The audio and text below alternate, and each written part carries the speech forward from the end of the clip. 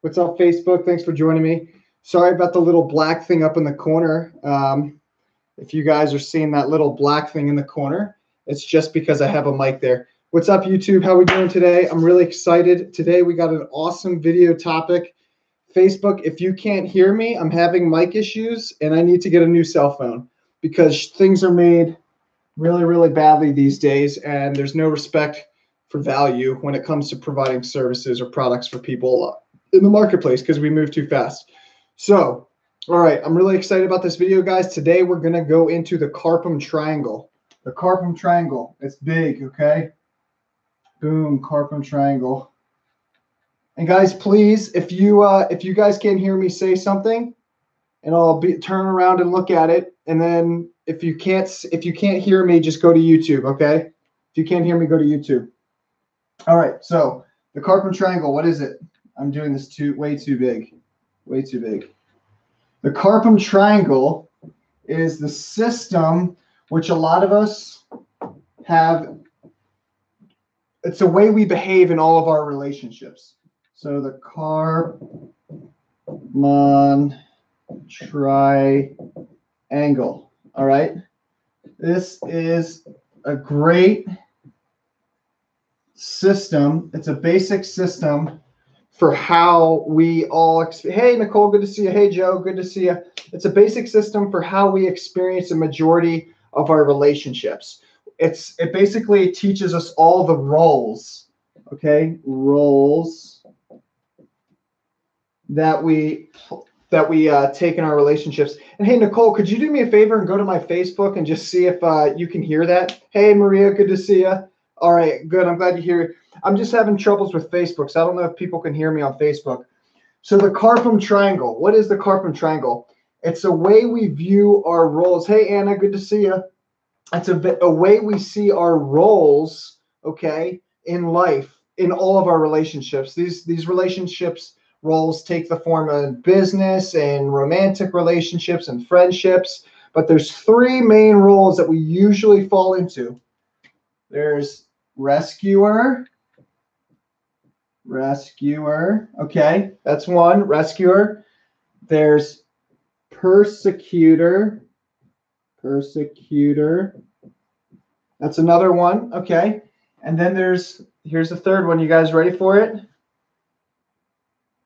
All right, rescuer, persecutor, victim. And hey, Facebook, if you guys can't hear me, please switch over to YouTube. My cell phone broke today. I was really upset about it. Shitty cell phone companies not providing awesome products. Anyway, so there's the rescuer, the persecutor, and the victim. Now, we take these three roles of life. So, for instance, me complaining to the cell phone companies that they make shitty products like I just did, why my audio doesn't work on Facebook, that's me falling into the victim category, right? Right? So every single day we fall into one of these three roles and we can flip through them. We can go to rescuer at times where we want to save someone, we want to help someone. There's nothing wrong with wanting to help people, but sometimes we do it to a point where it's not good for our own health. We can do this with our family members. We can do this with our romantic interests. We can do this with our friendships. So rescuers, that happens, right? The persecutor, we can play this role sometimes. We get angry, we get upset, we start yelling at people, we start, saying mean things to them, blaming, doing all this shit. Then we come to victim, and the victim is, oh, poor me. Okay, so it's like, oh my gosh. Whew. So the victim, I'm getting phone calls here on set. The victim, right? The victim, they say like, oh, poor me. This always happens to me, or you abandon me. Hey, good to see you. Good to see you. Is that Dave? I think that's your name, right, Dave? Talking with the world. How you doing, man? Good to see you.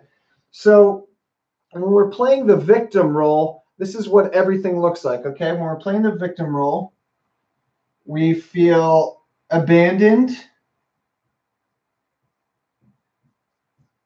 We feel sad. We feel let down. It's the poor me mentality, right? I'm going to put quotations here. Poor me. Or poor little me. That's a better way to say it. Poor little me, okay? And Facebook, I'm sorry if you're having trouble, go over to YouTube.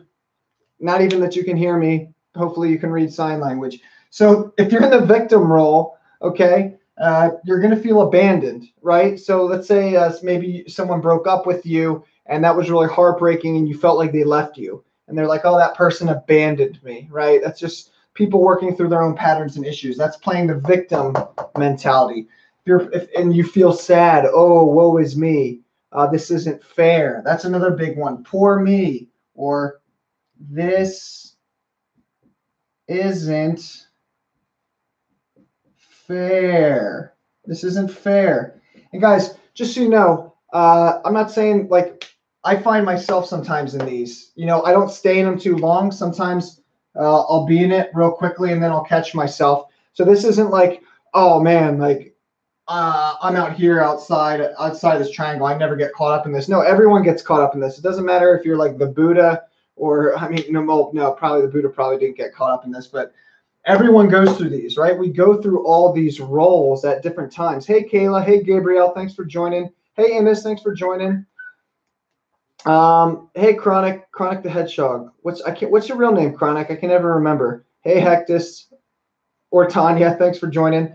So guys, whenever we're in these different roles, we need to become aware of it, because if we become aware of it, then we can get out of it quicker. We won't stay there. Look, the victim, if you're in the victim role, you're never going to create the life for yourself, right? And Chronic, I'll answer your question here pretty soon, but I'll come back to that. Okay, first I want to do this. If we're in the victim role, okay, we're not gonna create the type of life that we want. Now, bad stuff does happen, and there's times where we want to feel sad or disappointed. That's a totally natural part of life, right? You feel let down. Feel those emotions and then get over it. Like, I feel sad. Like, shit doesn't work out for me all the time. But you know what? I feel it. I feel sad. If I feel sad, I let it come up. And then, hey, Nikki, good to see you. Thanks for joining.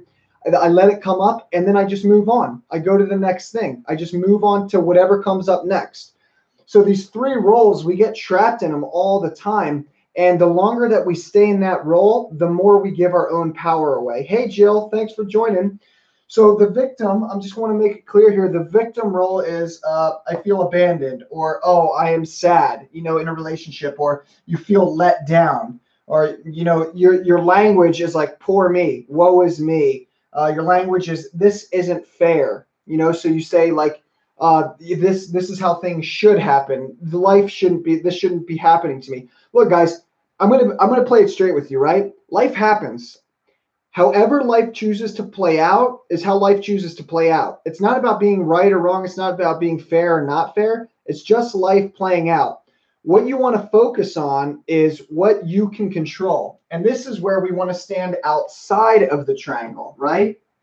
And we want to become, and I use this word a lot in my work, a creator. Creator. I'm going to be a creator. Okay. And so the creator, what he does is he's sometimes a creator. Sometimes we get caught up in these roles, right? But the creator realizes that things in his life, there's a lot of things in his life that aren't in his control or her control. So what do? They focus on the things that they can change, and that's it. So they focus on the things they can change. The creator focuses on the things that they can change. All right. There's a lot of writing on this. I'm not liking this already. A lot of writing. So the creator focuses on the things that they change. Okay. That they focus on the things that they have power over. So for instance, let's say that you do a lot of good work. I'll give an example for Nicole here. Nicole's in real estate. So let's say Nicole goes out there and she spends a lot of time trying to make a sale. She does all the right things. She does all the right steps. And then at the last minute, the people back out of the deal. And it looked like it was going to go through. Everything was yes. She did everything on her end, and then it falls through. Well, you might want to fall into the victim mindset at that point. Like, oh gosh, life isn't fair. poor is me. I feel let down. I feel sad. There's nothing wrong with falling in that mindset. It's completely normal. It's completely natural. I still do it sometimes. But as soon as it happens, what do? I notice it, and then I don't allow myself to live there. I feel whatever emotions I need to feel, and then I jump back into the creator mindset. Okay, you know what? It sucks. The sale didn't go through, but you know what? What can I do next to start creating the next sale? You know, what can I focus on the things that I can change, right? Focus on the things that I can change. So that's what we want to do. We want to get up in the creator mindset. All right, next one, Persecutor. And guys, if you're really liking this info and you're digging it, please share it with any family or friends. I want it to get out there. I'm really excited about this work. It needs to be out in the world. This is how we survive. Sharing is caring, right? Next one, Persecutor. What does the Persecutor do? They blame. They batter. Okay, they blame, they batter. They accuse. They beat up. That's another good term, beat up. They control. Okay? So the persecutor is like the tyrant, right? The persecutor is the person who says, no, do this, you have to do this for me. They're power hungry. That's a good word, persecutor. We'll put power hungry here too. Power hungry. They're obsessed with control. They're obsessed with control. All right. So that's what. So the persecutor is obsessed with control. They want to control things. They thrive on the victims, right? So this is the triangle right here. The persecutor will say to the victim, hey, this is what you have to do. And the victim will say, okay, I'll do it. And then they'll go work for 12, 16, however long hours. And then they'll be like, it isn't fair. I have to work so hard all the time. My boss sucks. The boss is the persecutor. That's just a traditional example. But the victim doesn't realize that, hey, they have the power to create change. So let's give an example of here. So let's say the persecutor is your boss, and the boss says, hey, you know what? You got to stay overtime tonight. You got to work an extra 4, 5, 6 hours because I got to go golfing. Real shitty boss. So let's say that happens, right? And he goes golfing or whatever, and this just becomes a regular pattern. And the victim just keeps complaining, saying, oh, wow, poor me. I feel let down. My boss goes golfing, and I have to stay back here and do the work. Well, the victim can speak up. The victim can say, hey, I don't like the fact that I'm doing all your work so you can go golfing and you're getting paid more than me. That's not fair. That doesn't sit right with me. We got to work this shit out, right? That's what the creator would say. The victim would just continue to be abused and beat up on.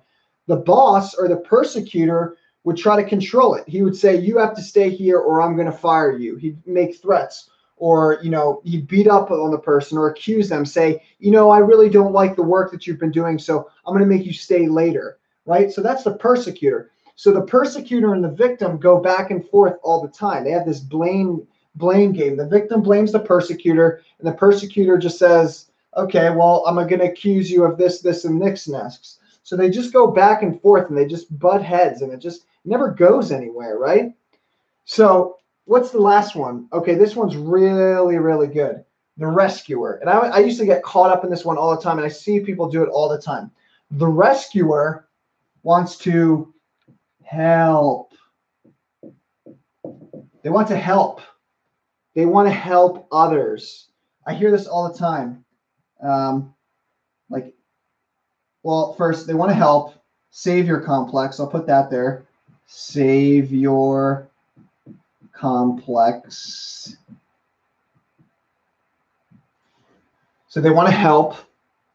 They have a savior complex. So these are all really, really big issues. Man, there's a lot of writing. I'm not digging all this writing, guys. I'm going to be honest with you. I feel like I'm a school teacher now. So the rescuer is always looking to help others. And there's nothing wrong with wanting to help others. But here's the problem, guys. The rescuer, they help others before they help themselves. And that creates a very, very incredibly destructive pattern. It's not healthy at all. And then what happens is when they deplete themselves, They use up all their energy helping another person, and they don't get any form of payment or recompense. They feel tired and alone or like worn out. They shoot down into the victim. They shoot down into the victim role. Poor me. This isn't fair. I always help people. I always rescue people, but no one rescues me. That's right. That's right. It's the empath. Nikki says rescuer / empath. So many empaths get caught up in this. That's if you're a disempowered empath. If you're an empowered empath, then that's not an issue, right? And I can teach you how to be an empowered empath if you want to. I have an awesome course on it, and I do great work around that. I used to be in that. I used to fluctuate through all these. When I was in the Marine Corps, I'd be a persecutor a lot of times. When I got out of the Marine Corps, I was a victim because I felt like I wasn't getting taken care of by my country, which I wasn't at the time. And then I would try to help others, but I was really just trying to help others because I wanted to help myself. You know, a lot of things that we do on the outside, we do it on the outside to distract us from what's really going on from within. But we can come to a point where we're an empowered empath in balance, where we feel this connection, or I guess you could say we come to this point where we're in balance between our inner world and our external world. We're always aware of what's going on within us on the inside, and we can become aware of what's going on from the outside. So, for instance, let's say we want to really help a person, and we're like, man, I feel really empathetic for this person. My heart goes out to them. I just want to save them. Well, then look inside yourself. You're like, whoa, I'm like really investing in this person a lot for really no reason. Now, sometimes your heart just does call out. You know what I mean? But if you don't have your mind, if your mind isn't there and your just emotions are just overwhelming, you just want to help this person, there's a little bit of a rescuer dynamic there. Okay, I'm going to rescue this person. I'm going to save this person. I help people out all the time. I donate money a lot of times. I gave $500 away the other day to someone who is in need. I'm always giving money away. And that's because it's not out of this rescuer dynamic. It's very calculated for me. It's okay, this person's in need, and I feel like I'm in a position right now to help them. Do I want to help them? Do I think that they're going to step up their game if I help them? Yeah. Because here's the thing. What happens is a lot of rescuers, they'll help victims. Okay? So you have these victims down here who are feeling abandoned. They're feeling sad. They're feeling let down. Ooh, woe is me. They walk around like this, like zombies with their heads down, right? And the rescuer gets pulled down into the victim complex. And that's what the victim actually wants. The victim doesn't want to get up into this creator standpoint. They want to stay down here in the victim mindset. They just want to bring as many people as they can into their sad sob story. So what do? They milk that sad sob story, and they go from person to person, and they pull in rescuers and they pull in persecutors until they finally learn to take responsibility for their own life and step up into the creator mindset. Damn it. So when you're in the rescuer mode, look out for getting pulled in by the victim, because the victim doesn't actually want to be rescued. They just want to pull you down into their state. They think they want to be rescued. They just want to be pulled down into your state. Okay. And guys, the only reason why I know this stuff is because I've lived through all of these roles. Okay. So if you find yourself in playing these different roles, it's okay. Just start to bring an awareness into your life and realize when it's happening. That's right, Nicole. Absolutely. So what do we need to go? What is the direction that we want to go? We want to go in the creator mindset. The creator mindset steps outside of this whole dynamic altogether. I have people try to rope me in all the time. I'll see persecutor and victim going back. But literally, I had a random person call me the other day. It's crazy what happens. I had a random person call me the other day, and they were talking to their wife on the phone, and they were going through a divorce. And I don't even know how I got in the middle of this conversation. No idea how. I literally just picked up my phone, and it was two people. One was arguing over with his wife because they were getting a divorce. It was a new person that I just met, but it was just like they just tried to rope me in it. And I just stood there listening, and I was just laughing in my mind. I can't believe this is happening. This is so funny. And I felt sympathy for both of them, right? I felt empathy for both of them, but I wasn't getting roped in. I was totally detached. So guys, realize that the more you step into this creator position, the more you'll see people trying to rope you in to these different roles, okay? All into these different roles. We get into persecutor mindset. We get into the rescuer mindset. We get into the victim mindset. It's completely normal. It's completely natural. Just recognize that when you get roped in, make sure you do something about it. As soon as you become aware that you're roped in, that's when you want to say, okay, I'm definitely getting roped in here right now. I see what's happening. How can I step out of this? How can I not get roped into this? So we want to stay away from getting roped in, because when we get roped in, we're either going to end up in the rescuer mindset, and that's a big loss, right? Look, guys, if you're in this triangle, this is the only outcome. Loss. It's the only outcome. Loss. That's it. You're going to lose. There's no winning here. There's no winning, right? The rescuer gives all their stuff to the victim. The victim gets all the stuff and gets happy for like a day or two because they got all this stuff and someone cares about them. And then they go back to their victim way. The persecutor, the only person who gets something out of this, I would say, is the persecutor, because at least the persecutor has power. The persecutor is like the boss. He's getting something, right? Now, he's probably not happy, but he's getting something. So if I'm going to tell you right now, if you're going to be in this triangle, if you at least want to come out somewhat better than a rescuer or a victim, be the persecutor. But I don't want you to be any of them. I want you guys to be a creator, right? Creators take full responsibility for what's going on and what's happening. So guys, I really hope this is making a lot of sense. I really like this systematic way of looking at things. It really helps us to understand the roles that we play in life and how they affect our being and what happens. I really should have brought a bigger washcloth instead of the back end of this marker, because this is not working. So there's just the three roles. It's that simple: persecutor, victim, and rescuer. And guys, at the other hand too, if you're in any of these roles, you're playing a victim. Okay, you're gonna be in a victim state, right? So, all right, now I'll get into a little bit of questions here as we get into this, so we can get into this a little bit more. I'm really excited. And guys, if this information is helping you, please share it with any family or friends, anybody out there who you think can benefit from it. I want to help some people out. So Anna says, what if somebody who we love is in some of those roles? How can we help? That's a great question, Anna. So Anna says, how can, if people we love or care about is caught in these roles, how can we help?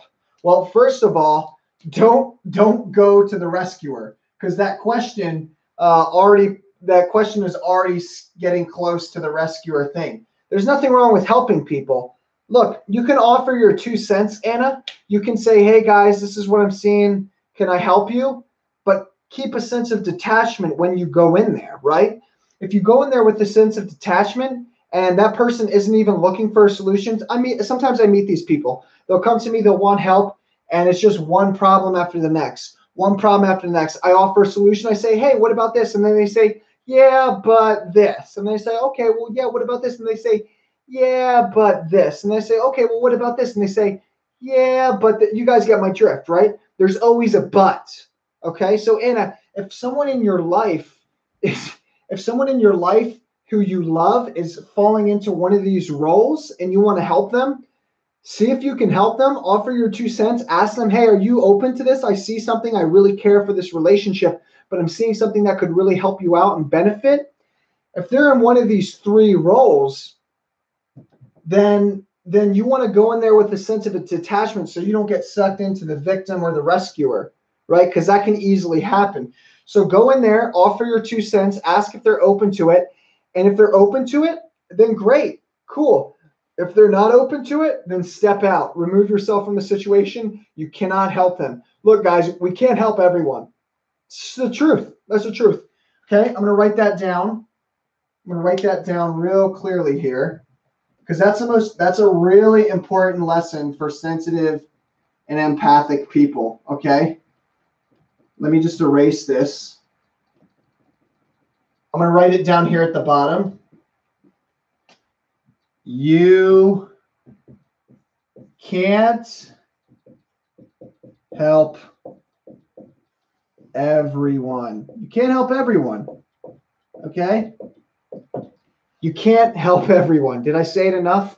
Okay, so you can't help everyone. because not everyone wants help. Some people look like they want help. Some people want to pretend to want help, but some people aren't ready to ask for help. They don't know how to receive. They only know how to give or take. They don't know how to receive.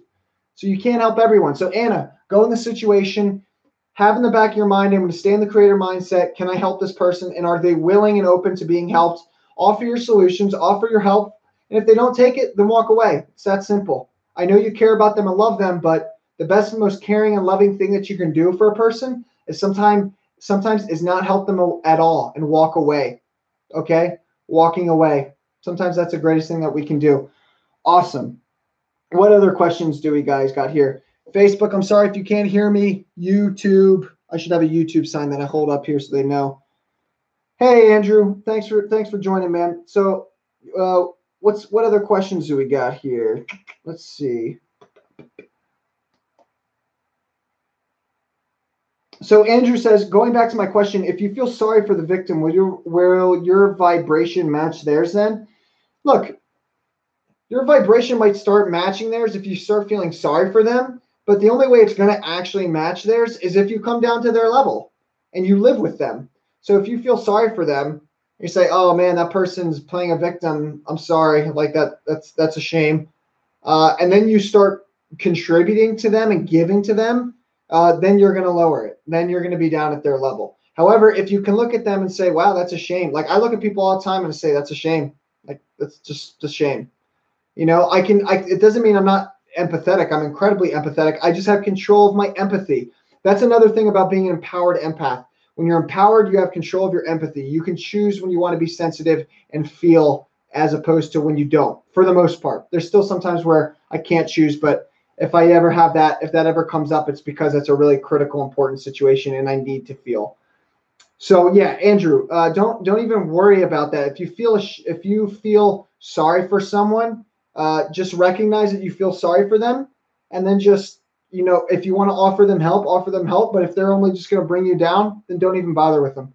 And that's your right to do that. There's nothing wrong with you doing that.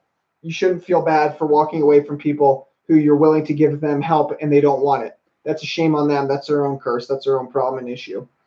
All right. Anton says, the person can be well. Well, nature fixes itself and we are a part of that. We can nurture and love them, but it's up to you for what it costs. Yeah, absolutely. Yeah, you can totally do that. You can help people if you want to, but if you feel like they're not going to take your advice or they're not going to actually want help, they're just looking for another person to throw their story on, then yeah, I would just stay away from them. You know, there's no reason to. Nicole says, do we need to learn how to shut off emotions? No, Nicole, emotions are nothing more than energy and motion. So if you're feeling emotion, it's something from the outside. So what you want to do is express that emotion. You don't need to shut anything off. Just allow it to flow through you. If you feel hate and anger, just feel the hate and anger fully, and then tell the person why you're feeling that way in a nice way, in a way that's not hate or angry, because that's going to blow back to you. But guys, emotions get overwhelming for us because we think we don't have any control when we're feeling them. But you have control over as to how you express them. And when you express them, those emotions will go away. So if, you know, for instance, I was really exhausted yesterday. I just felt overwhelmed. I was having a lot of people reach out to me. I was changing things up in my business. I'm in the middle of a rebrand, a lot of different things going on. I just felt overwhelmed and tired. And I just wanted to just tell everyone to back off and chill out for a little bit. And so what did I do? I just stopped. You know, I slowed everything down and I confided in some of my close friends. And then that was the end of it. I shared and I expressed that. And then, you know, I moved on and now I'm back here doing my thing that I love.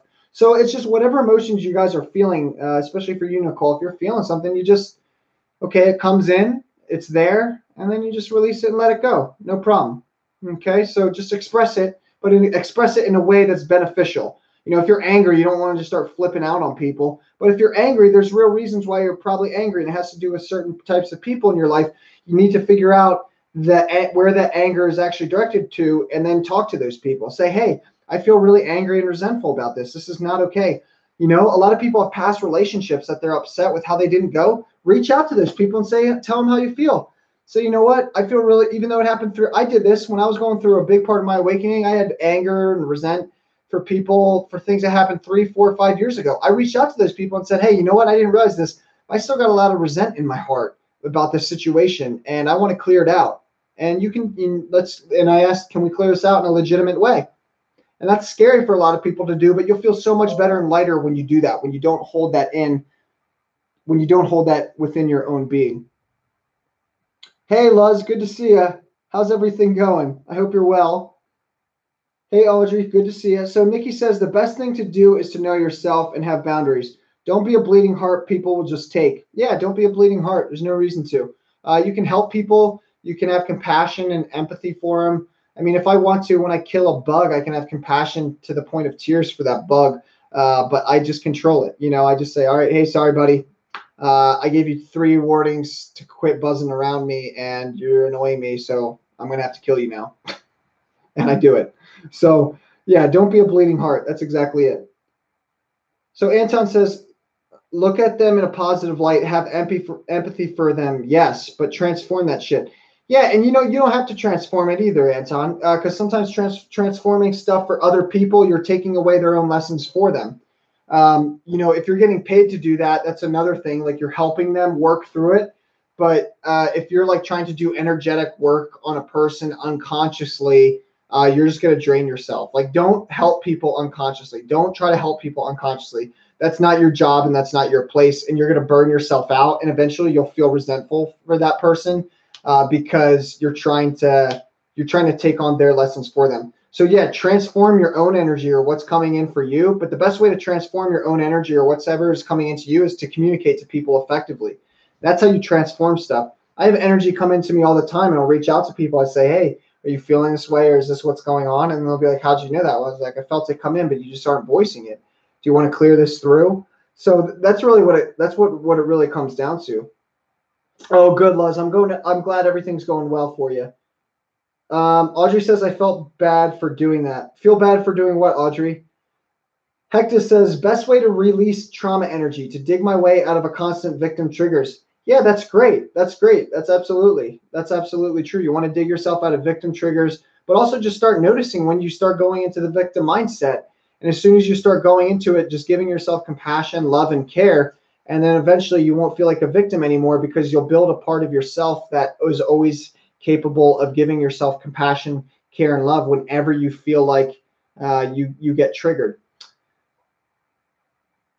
Ismail says, is there any way to cut off external energy that can suck you up into a vibration? No, you can't cut off energy. Look, guys, you can't block energy. You can't block energy. I'm just going to yell it out right now. You can't block energy. All that new age bullshit that you heard about putting a mirror up or putting shields up, that shit doesn't work, okay? The best thing that you can do when it comes to bad energy coming in is learn to embrace it. Allow it to flow through you. Avoid the people, stay away from the people who are giving you bad energy. But if you can't do that, learn to let it flow through you. And how do you let it flow through you? You don't get caught up in the mind. This is what a disempowered empath does. Energy comes in through the crown. Oh, this is a bunch of negative energy. I got to push it out. I get worried. I got to push it out. Imagine a mirror. Imagine a light beam. Imagine whatever. Okay, and then they try to push it out, and they say they feel better, which they might, but they don't realize that it's taking so much energy to hold up that shield. Okay, you want to be like a judo master. You know what a judo master does? When someone punches a judo master, he doesn't block the punch because it takes a lot of energy to be stable to block that punch. You know what they do? Is they turn with the punch, and they take that momentum, and they use that momentum to grab the person's arm and then flip them over. So they barely need to use any of their own energy, right? It takes energy to stop something. It takes energy to block something. It doesn't take any energy to go with that motion and let it go right through you. Okay, so if you have bad energy coming in, that's all you need to do. Just allow it to flow through you. Use it as a stream to allow the energy to flow through you. Okay, it's that simple. It's so much more effective. You won't feel drained. The bad energy will come in, but it'll be out just as quick as it came in. That's what I do. Just let it run right through. How do you let it run right through? You don't try to block it. You don't get caught up in the mind and get worried. Oh, I'm feeling all this bad energy. What do? I got to block it. I got to do this technique. I got to do this shit. Just be with it. Just be fully present with it. Okay, yep, there's some negative energy. Feeling it coming through. Yep. Okay, it's just coming through. Cool, it's just coming through. It's not even affecting me. It's just coming through. Simple as that. Be a judo master. Use the energy that's coming in as momentum to let it go out. It's perfect. Physics, people. Basic physics. I'm loving it. What else do we got? What you resist persists. That's right, Nikki. Hey, good to see you, Anton. Thanks, man. Blocking energy creates resistance. Audrey says it works only because we think it works. It's like taking medicine. We take medicine because we think it works, and then it works. Yeah, it's kind of like the placebo effect. That's right. There's a lot of placebo in there. I did energy blocking. It only works because it was in the mindset. Yeah, that's exactly it. And it's going to drain you dry eventually too, because then the reality of how actual reality kicks in. Placebo can definitely work, but there are some rules of how reality works, and we can't fight those. Anna says, turn other cheek, right? In some way, just let it come through. I mean, the negative energy. Yeah, Anna, you just let it come through. Now, that doesn't mean stay there and get bombarded by a person's negative energy, right? Like, you don't want to stay in those situations, but if you can't avoid that situation, then just be with it totally and allow it to come right through. Just say, okay, yep, I'm feeling all this. I'm feeling my body burn up. I'm feeling all this burning energy coming in. Okay, I'm just going to allow it to flow right through, and then it just goes, so you don't want to beat yourself up, but yeah, no, I know you get it, Anna. Cool. All right. Nikki says blocking could also mean denial. Yeah, it could totally. Absolutely. Guys, what other questions do you have around this concept? We kind of got off a little bit topic. Do you guys have any questions about rescuer, victim, and persecutor, and creator? I can go into the creator mode here a little bit more. So yeah, let's go into creator mode a little bit more here now that we've talked about this whole rescuer dynamic and all this other stuff. So creator mode is the mode that we want to live in, all right? And creator mode is the funnest mode to live in because this is where our inner child lives, all right? The inner child lives in the sacral chakra. It's the second chakra from the root chakra, right? And so when we live in the state of the inner child, we're able to create the type of life that we want. So the creator mindset, we've talked about victim, rescuer, and persecutor. The creator mindset thinks, how can I use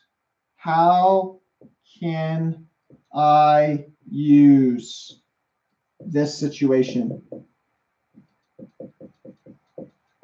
How can I use this situation? So how can I use this situation, right? So a victim, let's say a bad thing happens to a victim. A victim says, oh man, this sucks. This happened at work. It was horrible. This went wrong. Blah, blah, blah, blah, blah, blah, blah, blah, blah, blah. Ramble, ramble, ramble, ramble. The creator says, man, this sucks. Okay, I wasn't anticipating that. Now, how can I use this situation to my advantage? My advantage. That's it. How can I use the situation to my advantage? What's to learn here? There's always something to learn. Things aren't always going to go our way in life. Hey, Gabrielle, thanks for joining. Things aren't always going to go our way in life. So what we want to do is jump into the creator mindset and say, okay, how can I use this situation?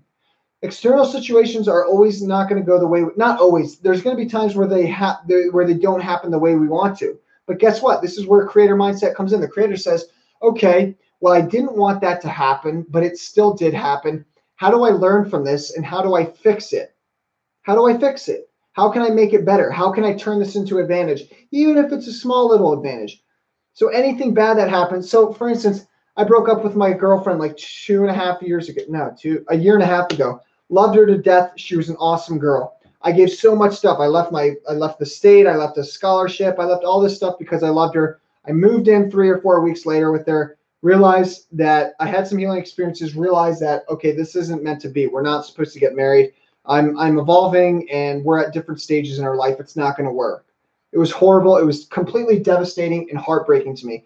What did I do? I left the relationship, even though I just moved up there and got an apartment with her.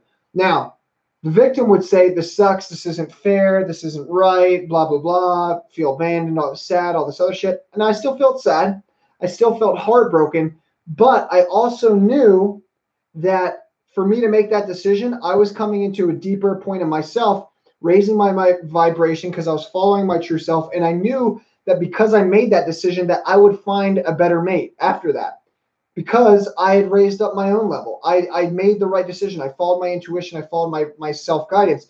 So guys, in the creator situation, the creator mindset, it doesn't mean that you're always going to feel honky-dory and feel good, but it does mean that whatever thing happens in your life, no matter how negative, you'll take it with a grain of salt and you say, okay, how can I make this better? What do I need to change? How can this be a good situation? How can I turn this to my advantage? How can I make this my advantage? Facebook, I really hope you guys can hear me. If I've been yapping for 45 minutes and you guys cannot hear me, I deeply apologize and empathetic. I'm sorry. Guys, if you like this stuff, share with family and friends. Fantastic. Point number 2. So that's point number 1. What's point number 2 for the creator? How can I use the situation? That's number 1. Okay. What does my future self want to create? It's pretty simple. Number 2. What does my future self want to create? What does your future self look like? You see, the victims, they always get stuck in the past. They get stuck in what happened in the past. They get stuck in, oh, I'm afraid of this happening again. I'm afraid of this happening again. The creator says, you know what? That's the past. I'm not going to allow the past to dictate how my future is going to be. You can never, the past is the past. Whatever happened in the past, I understand that it can be scary, especially if it's really traumatic. We're afraid of it happening again. It can't happen again. The reason why it happened in the past was because there were patterns within your mind and your emotions that were unconscious. Now, when you change and you become more conscious, you can never have those patterns happen again. It's impossible. Literally, it's impossible. So the number 2 thing is, what does my future self want to create? Okay? Do you want to create more money in your life? Do you want to create better relationships? What is it that you want to create, and what are the steps that you need to do to create them, right? And this isn't all going to happen overnight. It's not like we can just wake up and then all of a sudden they'd be like, oh, cool, my future self here. No, it takes time and work, right? It takes time and work. But this is the question that's always on their mind. What does my future self want to create? Who do I need to be right now in the present to create my future self? What does that look like? What does your future self look like? This is how we're going to break it down, right? I'm going to talk about yourselves, right? And this example was given to me by a really awesome coach. I love coaching work, is so fantastic. I do coaching work and I have coaches myself. It allows us to see the things within our mind that aren't healthy. I'm sorry. I know this is taking a while to erase, guys. So let's get back to it. You have the past self, right? So here's the past self. You have the present self,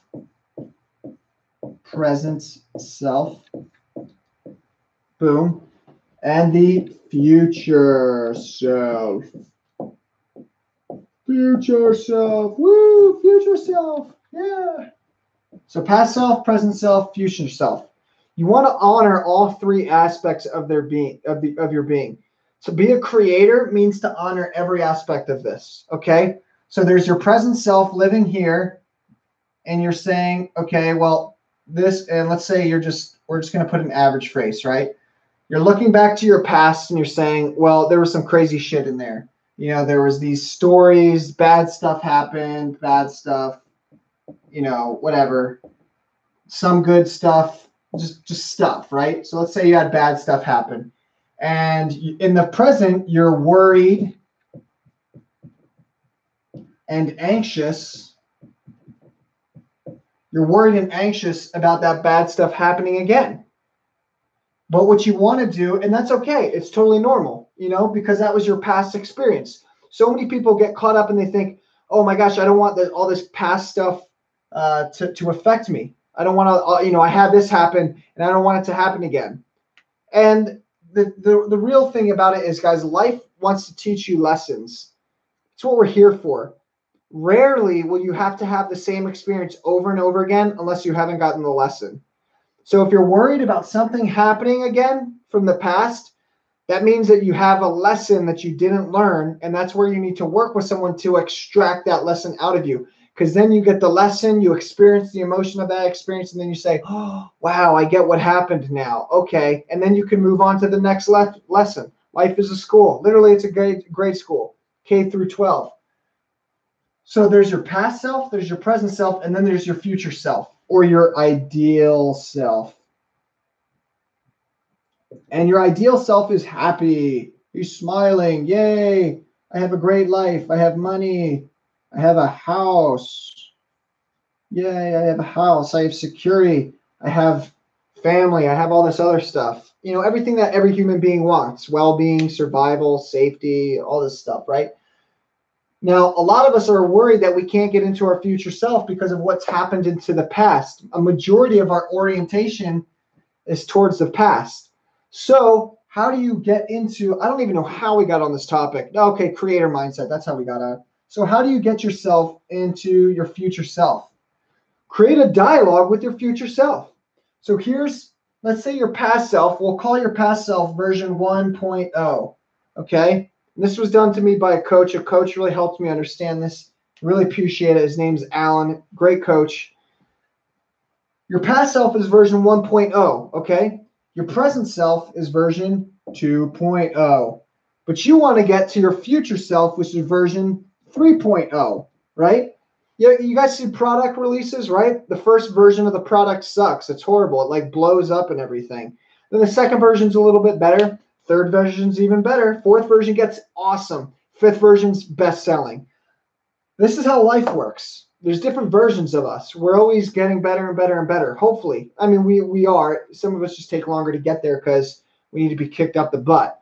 That was my case. I needed to be kicked up the butt a lot to get moving. Then finally I started getting moving and moving real quickly. Now I don't stop. Version 1, version 2, version 3.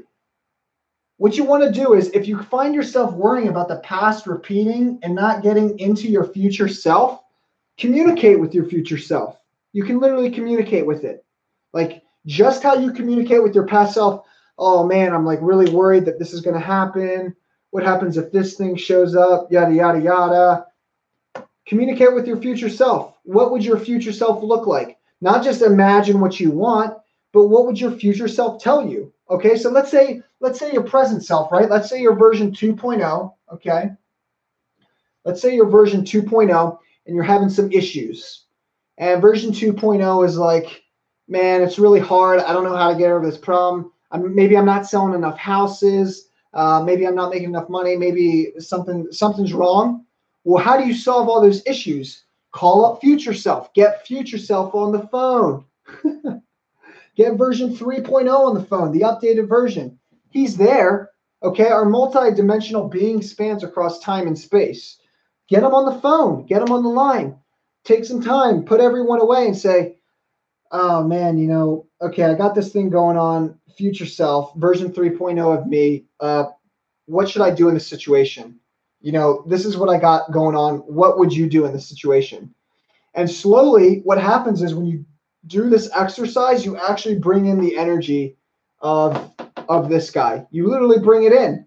You bring it in. You just bring it in. It comes in, and then you realize, oh, whoa, wait. Oh my gosh. Okay, I'm getting the downloads. I'm getting the information. You actually start turning into that 3.0 version until 6 months, a year later, you realize that, oh my gosh, I'm this upgraded version. I'm not that 2.0 guy anymore. Okay. So realize that you can become this 3.0 version of yourself at any time. You just got to tap into it. Get on the line with them. If you got something that you're dealing with in your present reality that's giving you trouble or issues, you call up your 3.0 guy. Say, hey man, I'm really having trouble here. I have no idea what to do. It's really stressful, confusing. I got a lot of anxiety around it. Like, what would you do in this situation? And just wait and sit in that space, and you'll get the answers that you need. Tapping into your intuition, tapping into your authentic self. But also, guys, reach out for help, okay? We're independent beings, but we're also interdependent. I reach out for help all the time. I have coaches, I have mentors, I work with therapists. Like, I do all of it, you know? So don't think, I think a lot of times we're like, oh, I can do this all myself no matter what. I'm just going to pound through it. It's a lie. we need help. We're interdependent beings and we're independent beings. So this is a great exercise that can really help you out. But it'll only get you so far. All right, what else do we got? What other questions? Yeah, Maria says, hello, future self. How are you today? It's a great question. Maybe future self isn't living in today. All right, what else do we got here? What other questions?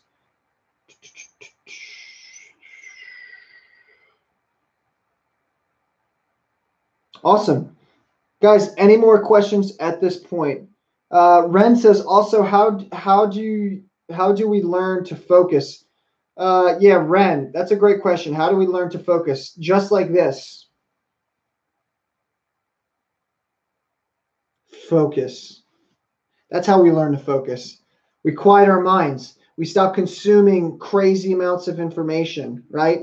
If we can't focus, it's because our mind has been hacked. And if our mind's been hacked, chances are it's because we consume, we read too much, we watch too much stuff all the time. I barely read anything.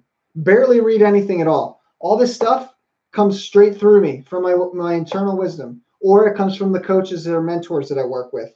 Okay, I barely read anything anymore. The only times that I read is for when I'm trying to set up like something new, like I need to set up a live stream and I need to figure out some stuff. I barely read anymore.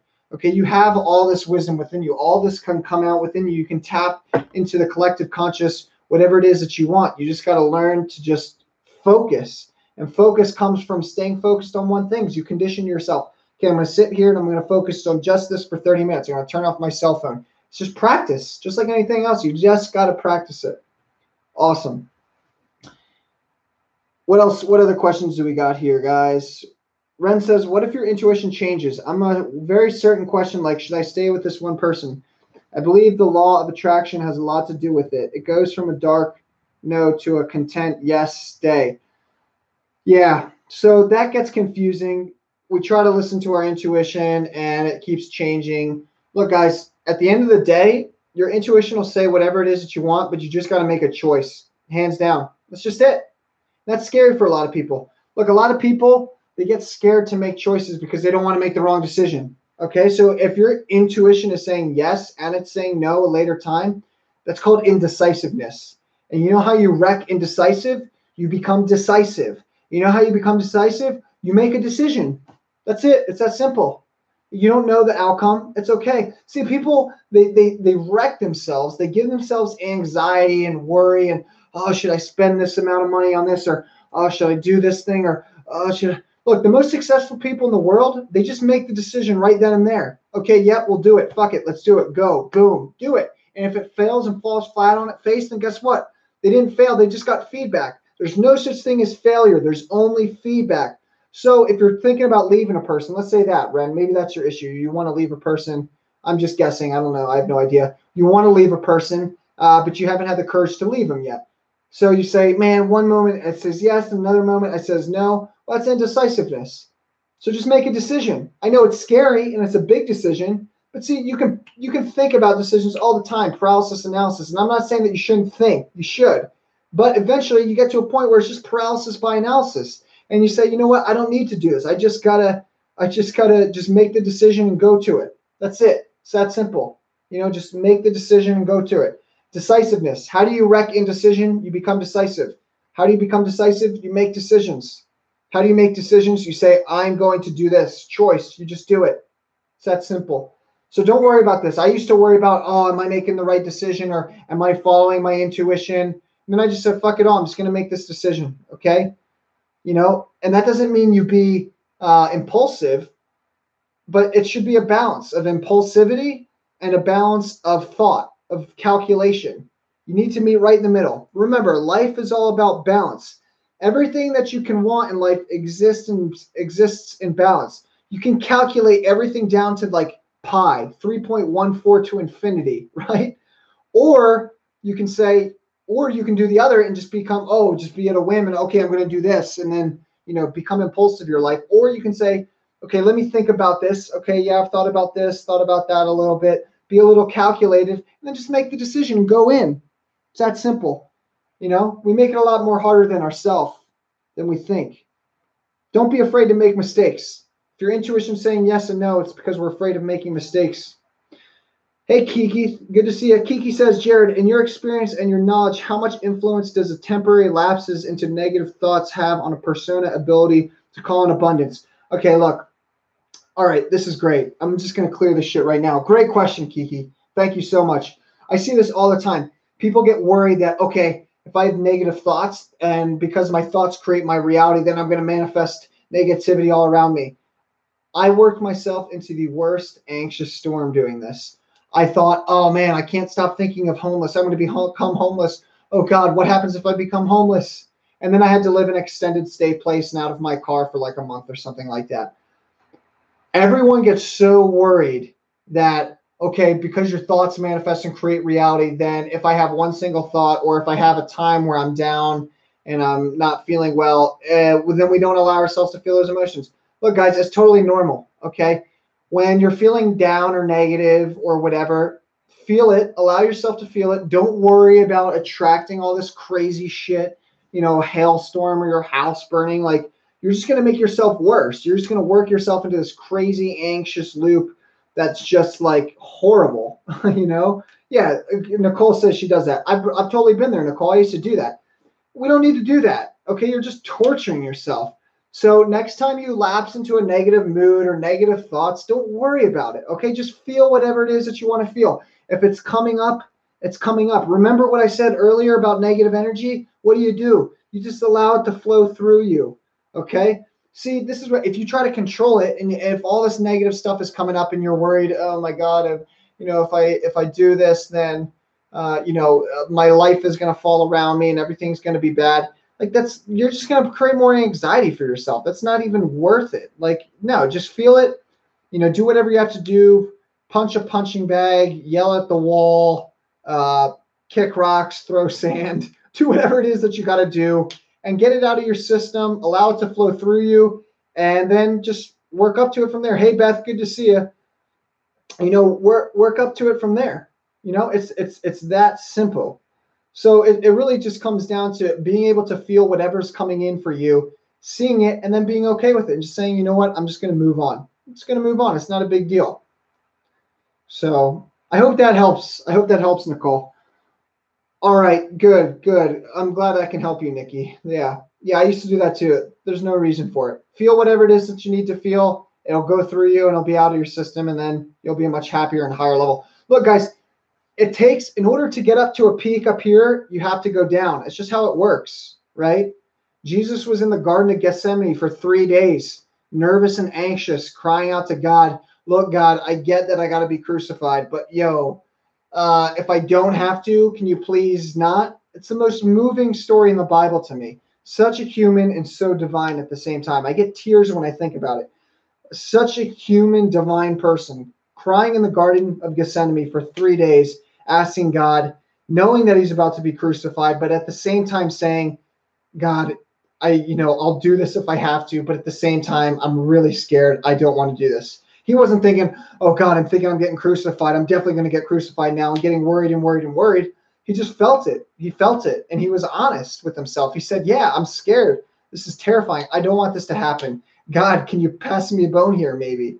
But if your will be done. And so whatever's coming up, guys, for you, don't worry about it.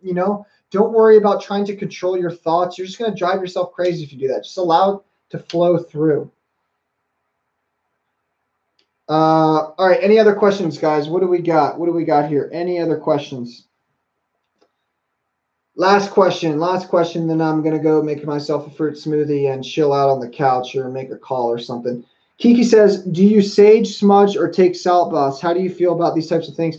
Yeah, I mean, I don't sage too much because I don't need to, but I do. I do take salt baths, and I do put clary sage in there for sure. That really helps. Yeah, I totally think clary sage helps. Totally. It definitely helps. It's a plant spirit, brings down a nice plant spirit. I take salt baths, totally all for all that stuff. I don't go like crazy. Like some people go crazy and try to smudge the shit out of their house all the time. Like, oh, I'm feeling really horrible on the inside. It's got to smudge everything 24/7. Like, you don't got to be like that, but you just take it easy. Any other questions? Ren says, how do you clear energy? All right, guys, that's all I got for now. Ren, we'll talk about that a little bit next time. I'm a little tired. I got to get going here. guys, I hope this was helpful. I'm excited. I really enjoy this stuff. Next live stream is Monday, 7 p.m.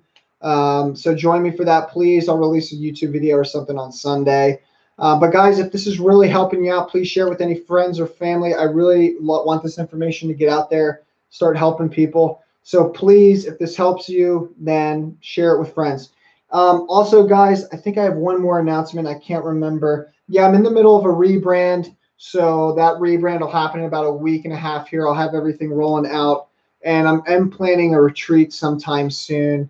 That's going to be happening later in the year or early next year. I'm really excited about that. It's going to happen in New Mexico. I'm doing a speaking engagement there. So it's a really cool retreat. So I'll give you guys more information with that. But that's far off. Just giving you guys a heads up for excitement about that. All right, guys. Thanks for joining me. I wish you all the best. Glad this stuff can help you out. I'll talk to you all soon.